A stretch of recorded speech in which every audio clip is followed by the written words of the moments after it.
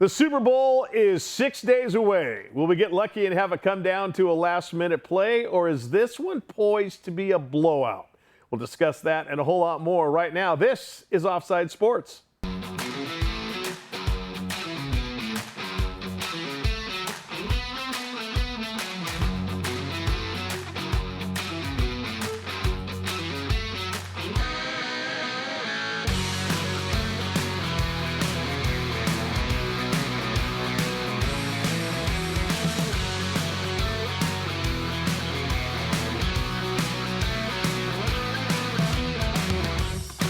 Hi, everybody, and welcome to another episode of Offside Sports. We're live from the Loft 100 studios in Southern California, presented by Turtlebox Audio. Check out their incredible lineup of portable speakers at turtleboxaudio.com.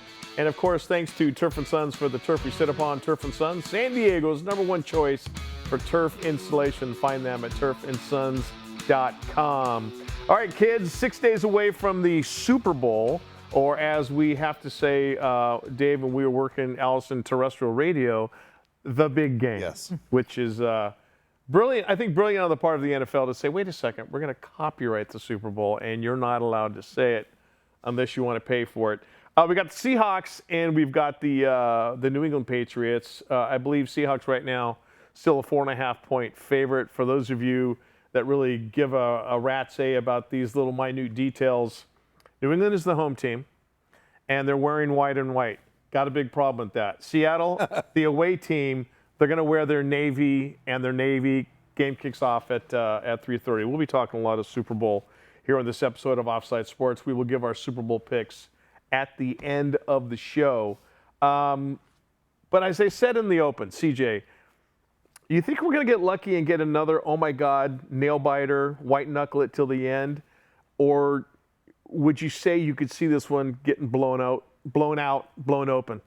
Well, we'll get into what the final result I think is going to be in a little bit. I remember thinking back last year when we were watching the Eagles and the Chiefs, and we're like, this is exactly the Super Bowl we wanted. This year, not so much as far as the teams. You didn't think that these were the two teams that were the best at the beginning of the year. Sure. And last year was an absolute blowout. Yep. But the beauty of this Super Bowl is, and we've seen a lot of poor weather games. Yeah. At least they're going to be up in Levi, and at least we're going to get some good weather. And Totally. I just think it's going to come down to potentially maybe a 1-yard play where the Seahawks have to decide whether they're going to throw it at the goal line or not. And would that be awesome? It would be a storybook ending. Allison, you sent us that interesting tidbit. Both teams before the season began, 60-1 odds to make the Super Bowl. And the year before, not very good. And look what they have done in a year's time. Both these teams turn it around. Seahawks certainly did not. New England certainly did not look like they were going to go to the Super Bowl when the year began. They lost to the Raiders. And now look at them 6 days away from possibly a world championship. Yeah, I think it's going to be closer than a lot of people think. I think that these are two teams that have worked really hard to get there. At the end of the day, they're both professional football teams. And, the Seattle defense, I think the New England defense has really come on strong. And it's like the year of the big D. I don't know. It's wild to see it be, we were such an offense, the NFL is such an offense-driven league until this season, it felt like. And I don't know. I think it's going to be closer than people think. Dave, we've always talked about defense travels. Yes. And defense wins championships. Could you see this being a blowout, or do you think we're going to get a close one? You know what? I keep thinking the NFL, nothing's ever rigged, right? People want to say when things don't go their way that it's rigged, but I don't think it's rigged. What I feel, Mike, honestly, is that it's going to be closer than we think. As much as I didn't want to give New England credit because, you have a second-year quarterback and a first-year head coach and an easy schedule, New England has still gone through and gotten to where everyone said they couldn't be. So I think it's going to be a closer game. Obviously the Seahawks are playing outstanding football. The NFC has been better than the AFC all year long. Good. And I think CJ was the first one on the show to say, look at Seattle. When I'm sitting there pushing Rams, he's like Seattle every single week. And Seattle has been outstanding and impressive during the postseason. Yeah. There are a couple things in this thing as you talk about different things that we say to keep an eye on. No quarterback with the initials DM has won a Super Bowl, right? They're 0-2, right? Yep. And then you go, okay, can Drake May do it? No quarterback with 4 letters in his last name has ever won a Super Bowl. All these crazy things. You'll get into the uniform thing, but the teams with the white jerseys have done better than the teams with the dark jerseys. Yep. You know, a couple things to look at, though, is there are 3 guys who are going to be mentioned this week, right?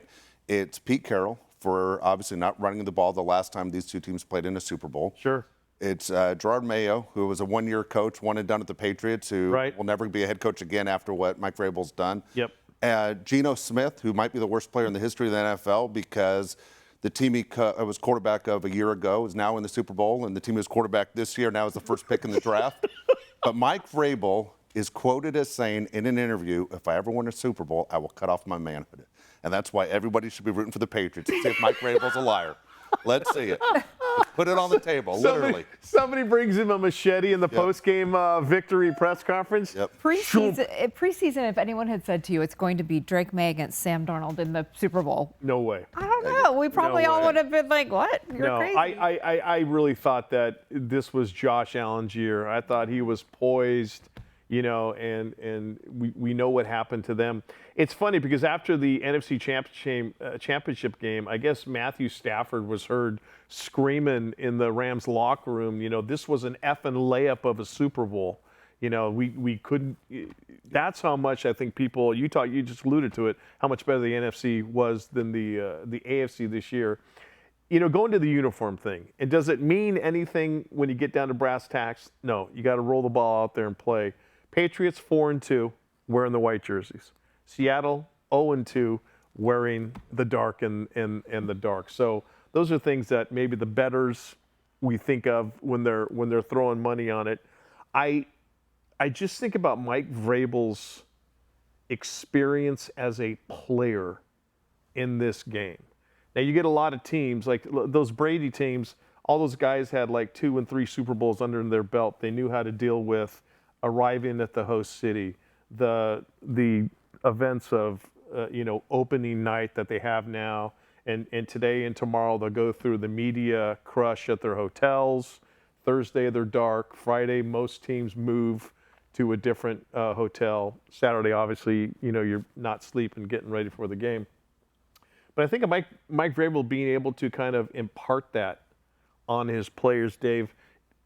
Does that give them a significant advantage? I think it's big. Honestly, I do. Because Mike Vrabel, number one, as a player, has experienced it, understands looking at things before he's a player. Yep. As a coach, how would I sit there? He must have played the game. If I'm a coach, how am I going to relay the information? Yep. Interesting thing is he was a linebacker for the Patriots, scored 3 touchdowns. Crazy, right? Crazy, right? Yeah. That he has scored 3 touchdowns in the Super Bowl. Did so for the Chiefs, too, when he went to the Chiefs. Pretty incredible. Yeah. I mean, really pretty incredible of what he has done, getting a team ready. But, Mike, you and I have been lucky enough to cover a lot of Super Bowls. And how many times have guys told you after the first quarter they were completely exhausted, they couldn't breathe, because so much adrenaline comes up getting ready for a game, and everyone says you got to keep it as normal as you can. Right. But they're out. They said they're out of gas by the second quarter, that they're spent. They're done.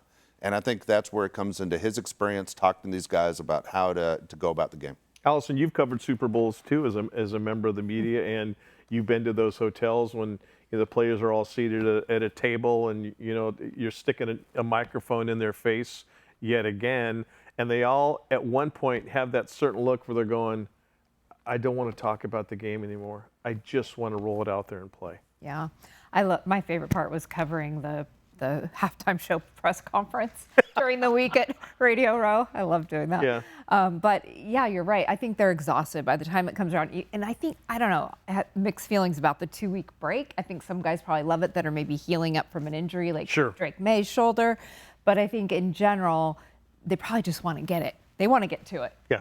It's a lot of waiting around. CJ, do you like the waiting around before a baseball game, or are you like, come on, let's go? The waiting around before a baseball game, absolutely not. But I think that the 2 weeks before the Super Bowl is necessary. I mean, you at least get like we got the Pro Bowl tonight, and it used to be a lot better. But yeah, totally. Now they put it in between, so you kind of get a little thing there. But you love the build-up. I mean, it is the big game. So let's have this massive build-up towards the big game. Yeah, and another thing people don't realize too is that a lot of teams, they take that week to get families, hotels, tickets, all of that crap out of the way, so that when they touch down in the host city, there's nothing to distract the players, and then there is that go-to team of people within the organization. If a family is having an issue with anything like a hotel room or wait, I can't get my tickets or things like that, the people go to those people. They don't go knocking on the door of Mike Vrabel's room saying, "Hey, Uncle Mike, what the hell? Something wrong with something wrong's with my tickets." All right, we'll be talking a lot of Super Bowl on this episode of of Offside Sports. The coaching carousel in the NFL apparently has made all of its stops, once again illustrating the fact that the Rooney Rule is about the dumbest thing in pro football. We'll dive into that next as Offside Sports rolls on right after this.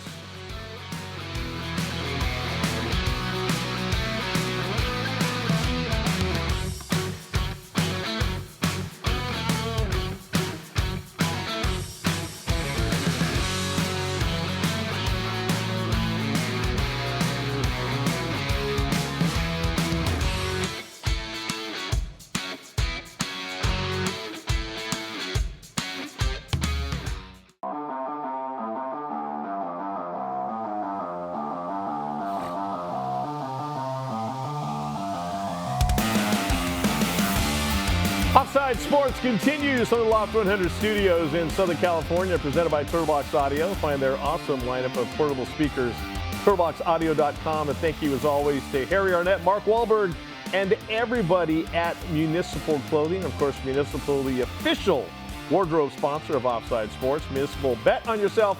Find them at municipal.com. We'll talk about the coaching carousel in the NFL and the fact that no African-American or coach of color was hired for the 10 openings that were available in the NFL. But, we're talking about media day and now the NFL has the opening night where the players and it's, fans can go to whatever arena it's being held in and they can see the players being interviewed. And you get all the jackwagons out there, the girl in the wedding dress, marry me, Tom Brady, all that crap. When my late Uncle Lou was still coaching with the Raiders, was lucky enough to win 2 Super Bowls with them. Media day for Super Bowl 11 in Pasadena was the media just showed up in a van and walked onto the field after practice and just interviewed a couple of guys. That was it. That was media day for the Super Bowl. And the post game, they didn't go to a podium in the post game. The post game interviews were done as the players were drinking beer, smoking cigars, and you had a microphone up in their face. It has come so far, right? So the game has come so far. That's why I know there are a lot of people that dislike Roger Goodell. Look, the machine is going in the right direction. Holy cow. And so whether he gets $50 million or whatever, and you can complain, it's still the greatest reality show on TV. We say it every weekend. Right. We're hooked. I've watched every single game in the NFL at some point in the entire year. Always do. And it's fantastic. And people are complaining about the halftime show. Look, this is a marketing genius thing. We spoke about it on the set here about the goal is to get teams throughout the world. It's not just the United States. You saw the way they opened up. But Roger Goodell has done an outstanding job taking the vision that Pete Rozelle had where it's about television. Yeah, and CJ, it's also about parity. It's, your team. I mean, as a Raider fan, I started the season thinking, they probably have a decent chance to get to the playoffs. Now, as we've quickly found out, like after, I don't know, a game, that was a total pipe dream. Well, they won the first game. They did, thank you. So that was awesome. But, we're not getting unless the Seahawks go on some sort of incredible run right here and they bank a couple Super Bowls.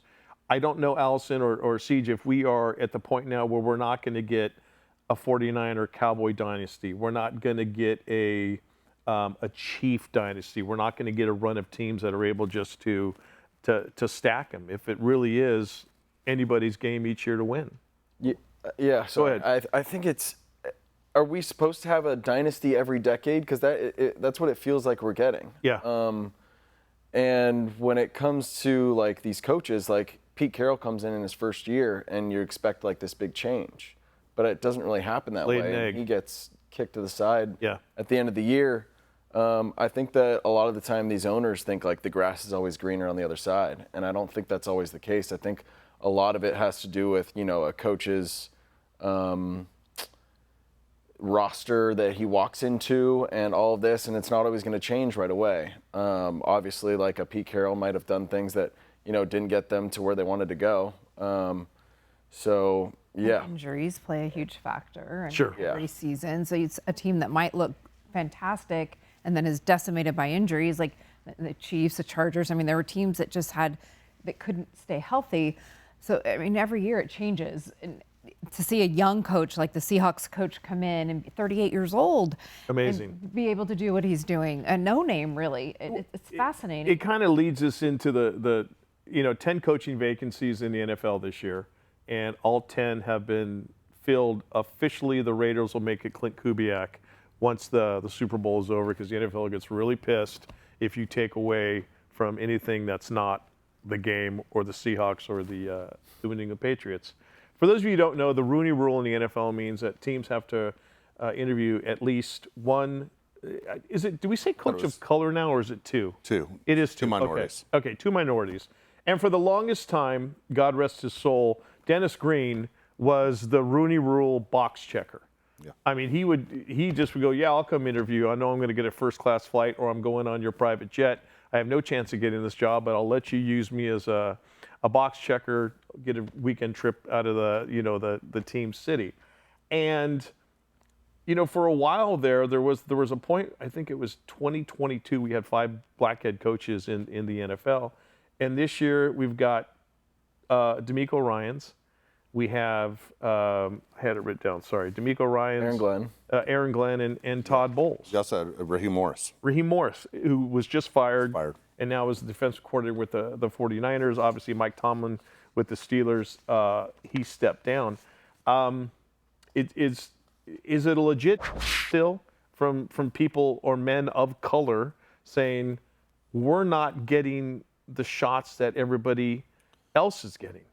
I think the discussion's always going to be there. I mean, it was like that in Major League Baseball for the longest time. And Jackie Robinson was criticized as a baseball player that once he was established that he would speak more and more out about it. Okay. And he would say, until we see a coach in the third base box, basically my fight's not over. And people with Major League Baseball were very upset with Jackie Robinson at the end because he held a lot in to get to where he was. Sure. And had to. And it got to the point where it says, well, I now have, basically a position where I can stand on and my career is almost over.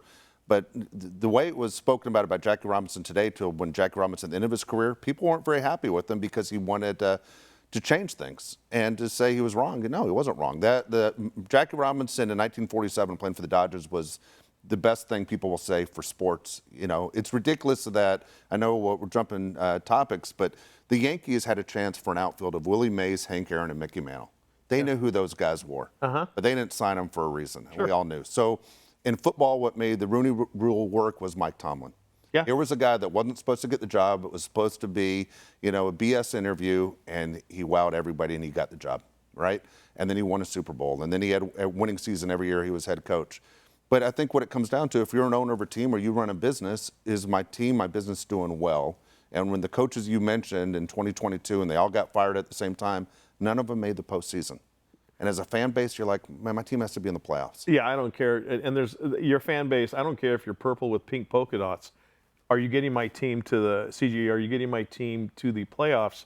I have racked my brain to think of, okay, how do you make it more equitable for a person of color to become a head coach?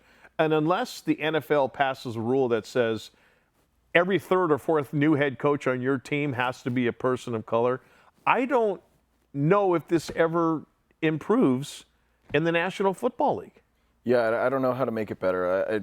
To your guys' point, you think of like a Vance Joseph, who's like a hot name, a person of color that sure potentially could, and he went 11-21 in his 2 years with the Broncos. So you're always looking for a guy who's qualified, and has winning potential, and he's just one specific example. So you're always just trying to find the most qualified. I'm sorry, what was your question? Well, it's just what the NFL can do unless they literally step in and make a rule that, okay, you've had 3 head coaches now. This next one, it's got to be person of color. Sorry. Yeah. See how ridiculous it is? Right. I feel foolish saying it, but how do you change it unless you get super drastic? I mean, it sounds like they've put in the rule with the Rooney Rule, which is unbelievable. What was his name? Dennis Green? Yeah. The things is incredible. Well, he was the guy, and he just kind of said, yeah, I'll interview for the job. And he won a lot. He was an assistant coach of the 49ers and totally won a did. ton. Yeah, he came from the Bill Walsh tree.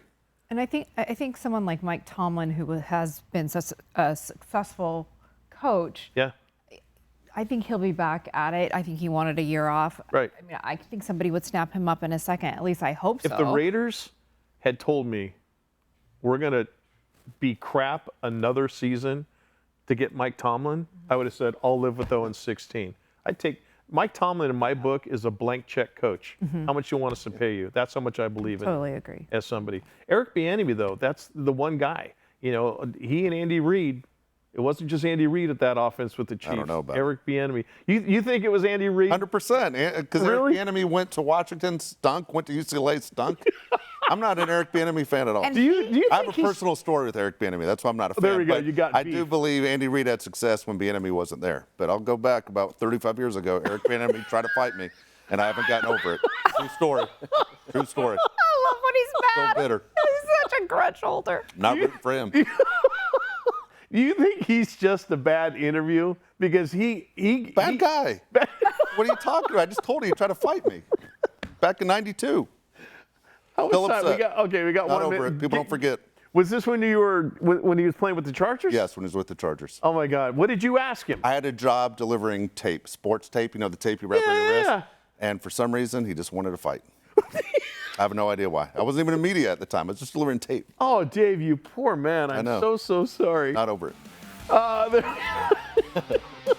That is, you know what? Sorry. You fighting professional athletes is a whole show. Yeah. We got to do it one That has day. happened. I've got A huge snap for the Pro Football Hall of Fame, and the theories on why are swirling. And also, are you dropping some coin on the Super Bowl? Wait until you hear how much we will bet on the game legally. We'll tell you next as Offside Sports rolls on right after this.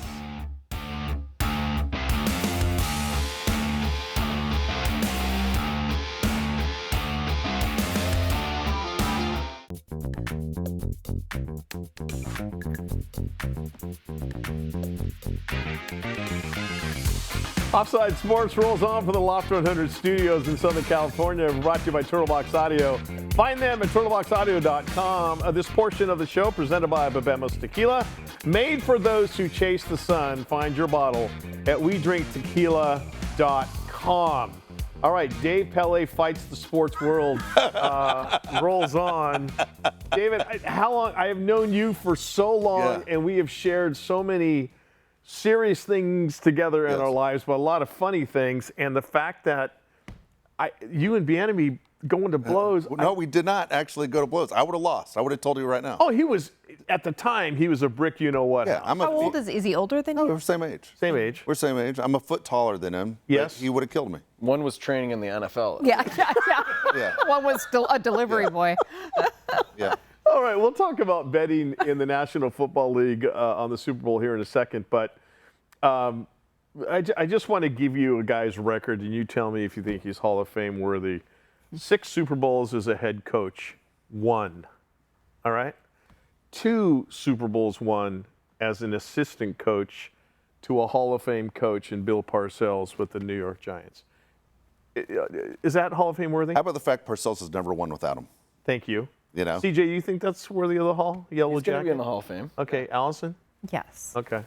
The guy we're talking about, obviously New England Patriots head coach Bill Belichick, did not make it into the Hall of Fame. He won't be inducted into Canton this year. He fell short of the 40 out of 50 votes needed for induction in his first year of eligibility. And now this has kind of splintered those who vote on who gets into the Hall of Fame. There's people that said, hey, don't take what he's done off the field. I mean, there's a lot of guys who, if it was the Hall of Nice or the Hall of Good or the Hall of Really Good People, would not be in any of the Hall of Fames in Major League sports. Correct. It's what you do on the court, between the lines, on the diamond, football field and stuff. His record speaks for itself, but the Deflategate and the Spygate scandals are looming. Yes. And you've got guys like Barry Bonds and Roger Clemens in baseball. I'm sure there's people in basketball that have been kind of embargoed because sports writers have very, very long memories. And it can come down to as easy as hey, Eric Bieniemy tried to fight me one day. Now he's up for the Hall of Fame. I'm not voting for that guy. Or, CJ wasn't cool to my kid when I had him down on the diamond one time. No, I'm not voting for that guy in the Hall of Fame. But Allison, Spygate and Deflategate, is that enough to say, you know what? He's got to wait a year just to kind of whittle him down a peg. Yeah, I think those two reasons are why, obviously, he did not get in this year. And I think, is it a punishment for those things? He was fined $500,000 right. for Spygate. I think the team was fined $250,000. They lost a draft choice. Right. We know what happened with Brady with Deflategate, 4-game suspension type of thing. They're definitely the reasons why. And like you said, the media doesn't forget. Nope. And he also wasn't the most gregarious, friendly coach in press conferences with the media.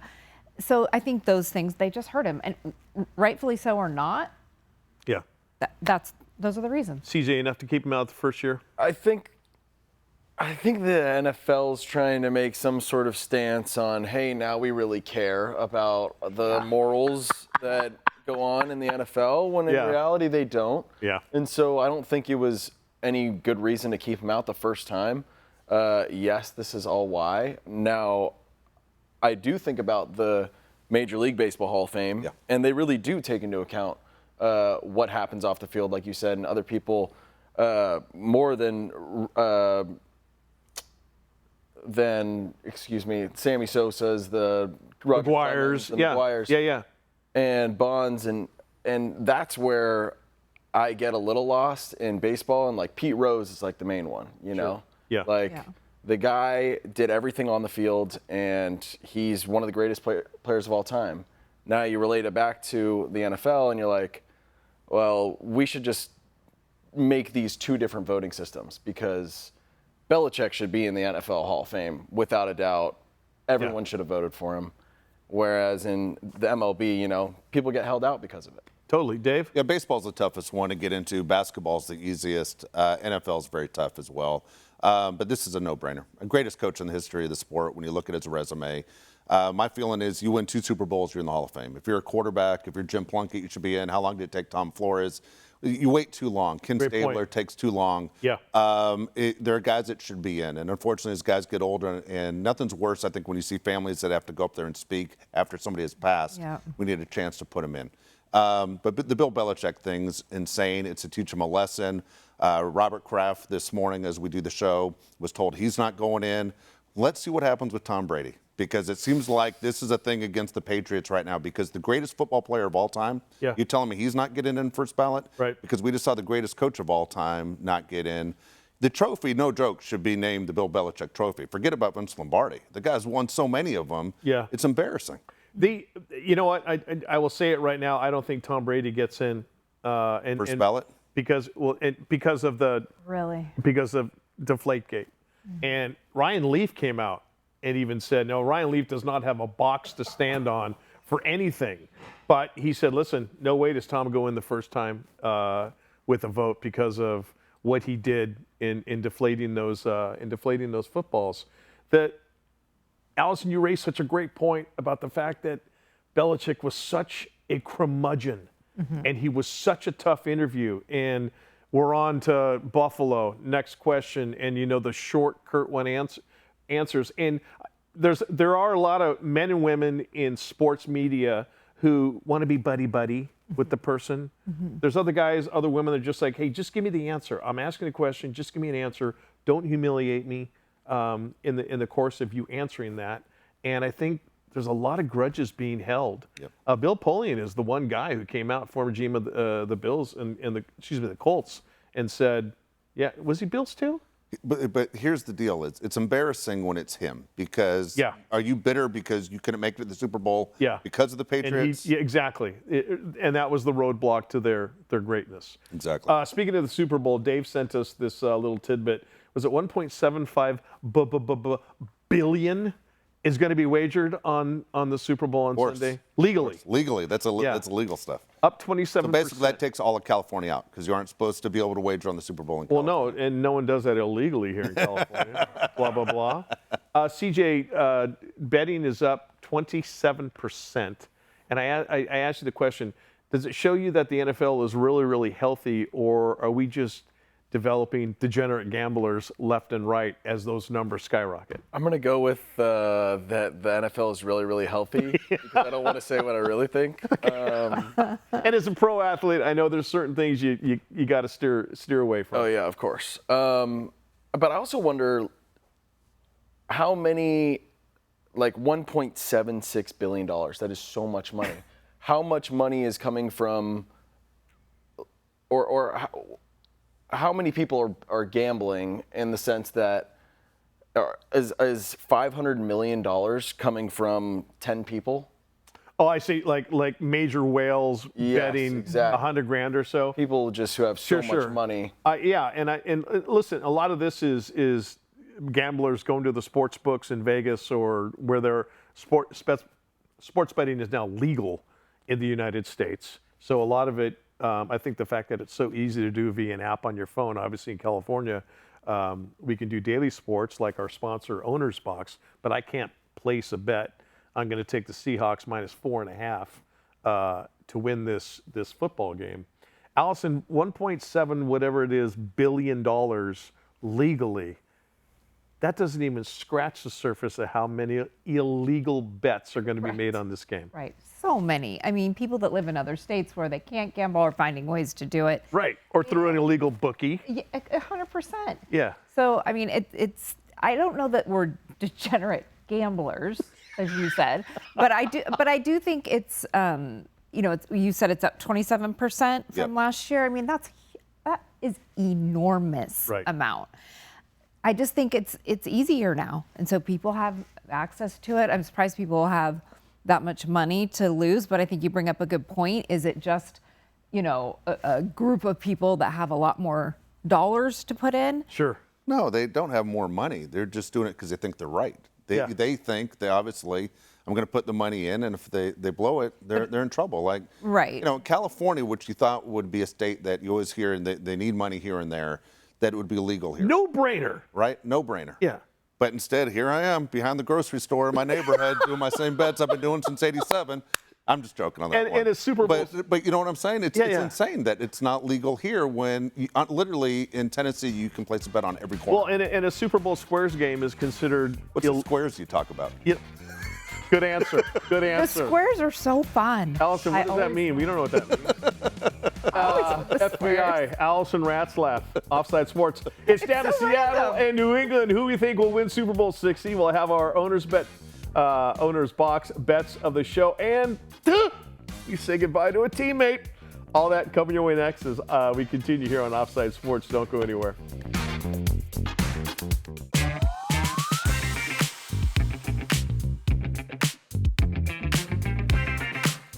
Our final segment here on Offside Sports, brought to you by Turtle Box Audio. Live free, listen louder. Find their amazing lineup of outdoor Bluetooth speakers at turtleboxaudio.com.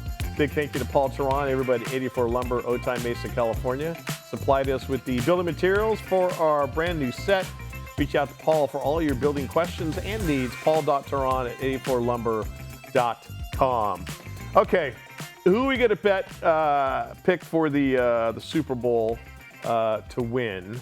We all sent this in separately to our producer, Christy Castillo. By the way, we are so lucky to have the team that we have here behind the scenes that make this show possible. We just show up and talk. They do all of the hard work. And Christy, I'm sorry, my nose itches so bad right now, and I'm trying not to sneeze, and I know she's telling Jason Banks, tell him to stop touching his nose. I will stop. We all chose the Seattle Seahawks to win this game. To cover, correct? To cover.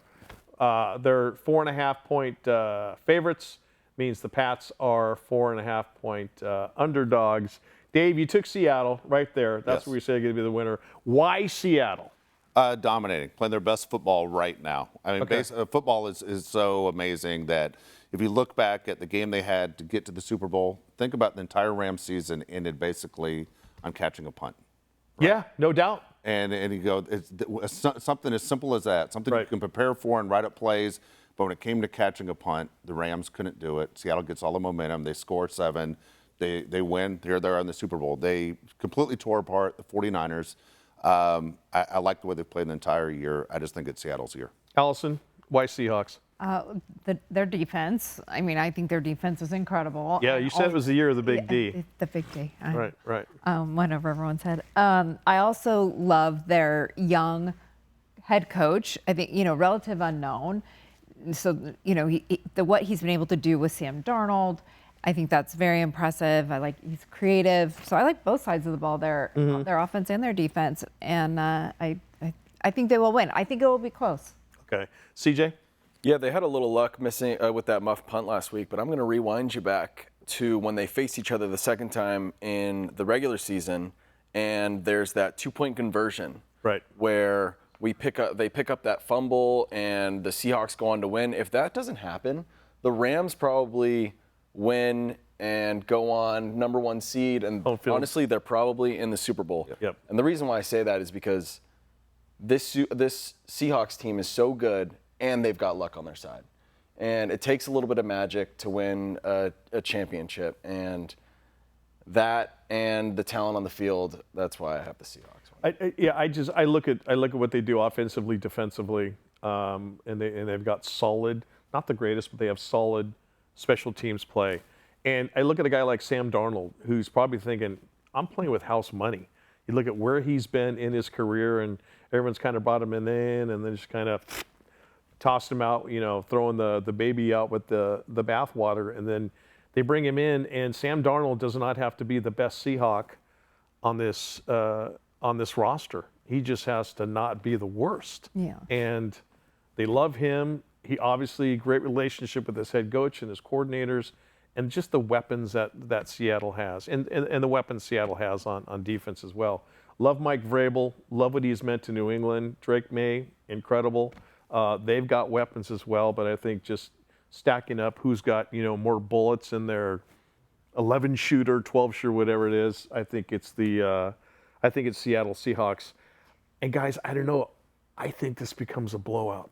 Wow. I really do, and I hate that. I hate when you're already out in the street throwing the football around at halftime at your Super Bowl party, because you're like, oh my God, this game. I loved it last year because watching the Chiefs go down in flames was just beautiful. Something tells me, though, it's going to be a blowout. I hope that I am wrong. All right, who we got to bet on for the Super Bowl? The bet of the show is presented by our friends at Owner's Box Daily Fantasy Sports. Sign up at ownersbox.com with our code Offside, or download the Owner's Box app and sign up and use the code Offside. Click at ownersbox.com and start playing today. All right, I'm going to start off, and my bet of the Super Bowl, and this was kind of hard because obviously you have two teams and you're kind of limited in who you're going to go with. I went with the New England Patriots, Hunter Henry, their tight end, and I'm taking him over. I'm kind of hopscotching off of what you did, CJ, with yours, but I thought that was a smart bet. I'm going to go over 3.5 receptions in this game because I think he's going to be a safety valve for Drake May. Dave, who is your Owner's Box bet of the show? All right, I'm going to go JSN, going Seattle wide receiver, obviously a guy that could win Super Bowl MVP in this game. More than 79.5 receiving yards. Yep. Seems like that's an easy one right there. Yeah. Obviously, he's incredible. To me, Offensive Player of the Year in the NFL. Amazing. Just amazing at what he's done. You kind of wonder, I was thinking about it today. If Marvin Harrison went to Seattle, okay, yeah, and he went to Arizona, would he be the one that disappeared? Right? Like, what happened to Marvin Harrison Jr.? I'd say absolutely he would Right? be. Yeah, I mean, yeah. It's amazing. But anyway, he's in Seattle. He's with the right team, and he's Yeah. playing in the biggest game. I'm going with him to have a big game on Sunday. Allison, who you going with? I have Drake May to have over 1/2 Wait of a a second. yard Hold on a second. passing. Wait. What Okay. just happened? No. Listen, hey, it was available to me. So I took it, my as gosh. should everyone else. If it's available, take it. gosh. Also, let's Okay. not forget, I Okay. had JSN, and Yeah. then you stole it from me. Oh my gosh. So I had to What is change this? my bet. So is this you getting back at Dave Yes, when you're punishing exactly. all of us? Exactly. So I had to change my bet, and I took what was available to me. Are There the you go. Padres playing this year batting on a tee? Like, what just happened? Seattle's got a good defense. That might go under. You're right. You're right. The big D. That might. All right, CJ Stubbs, who is your bet for this Super Bowl? I'm going to be going with the only receiver, the only player out there to be a Super Bowl MVP in 2021. I'm going with over 3 receptions for Cooper Kupp. Yeah. I love JSN. I think he's going to get a lot of attention. So safety valve on the other side with Cooper Kupp. And that's what I saw at CJ's, and I went, you know what? I'm not going to go for yardage. I'm not going to go for, rushing yards and things like that. And that's why I went with Hunter Henry. Defensive battle, offensive battle. Are you expecting this to be close or I think it's going to be a big score over? I'm going to go over, actually, over to what people think. As you guys said, the weather's going to be a little bit better. But remember the last time Seattle had a blowout? Yeah. It was over in 2 plays. Do you remember it was in New York or New Jersey, and there was a safety right away. And then they got the ball back. Punt, and then they got another possession and it was over. At second half, and you're like, it's done. Seattle's going to wipe out the Broncos. It was over. CJ, close one? I don't think so. I think it's going to be like 30-13. We watched the New England Patriots offense. Yeah. I mean, they've been up and down. I can't really get a good feel for them. But the defense, they faced the Chargers who were banged up. And then last week they faced the Broncos. Backup quarterback. Yeah, in the snow. And then in between that, they faced the Texans. And C.J. Stroud might as well have been playing for the Patriots. So. Allison, what do you think? Close one or blowout? I think it's going to be closer than people think. I think that the New England defense has come on as the season's progressed. I mean, Drake May, we're going to see what kind of game he has with his shoulder. That could be impactful against that Seattle defense. But I don't think it's going to be, I don't know, 7 to 10 points maybe. But I don't think it's going to be beyond that. All right, our bets are in, our picks are in. We'll see how this Super Bowl ends up. Unfortunately, this is our final show for, I guess, this season, this off season, with our little brother, CJ Stubbs. He leaves us after today's Offside Sports. You're heading first to Florida? Dunedin, Florida. What are you doing down there, professional baseball player? Joining the Toronto Blue Jays to start spring training. Okay. Don't worry, everybody. Football is ending this week, but baseball is right around the corner. It is, and I know there's a lot of people that like, thank God baseball. You also got the World Baseball Classic as well. Yeah, I'll be playing for Team Israel. That'll be March 9th to the 12th, and I plan on us going through that group. Yes. Don't worry.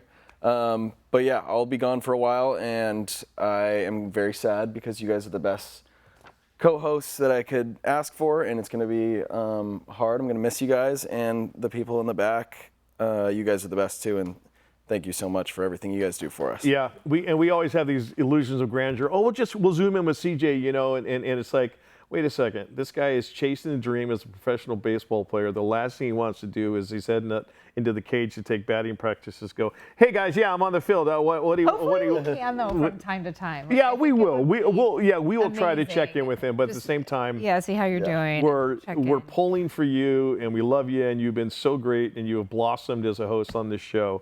And have fun, and have a good time, and I hope that dream continues to come true. If perhaps it doesn't, you always know that we're going to keep that chair warm for you. Love you guys too, and all right. That word needs to be used more, as we talked about earlier. Lots of more love. All right, as we put a lid on this episode of Offside Sports, a massive thank you to everybody here at the Loft 100 Studios for making the show possible. Total Box Audio, Municipal Clothing, Babelma's Tequila, Chase the Sun at WeDrinkTequila.com, 84 Lumber for their support and partnership, and Turf & Sons for the surface of our brand new stage. Click on turfandsons.com today. Most of all, thanks to you for hanging out with us. For Dave Palet, Allison Ratzlaff, CJ Stubbs, I'm Mike Costa. We'll see you next time.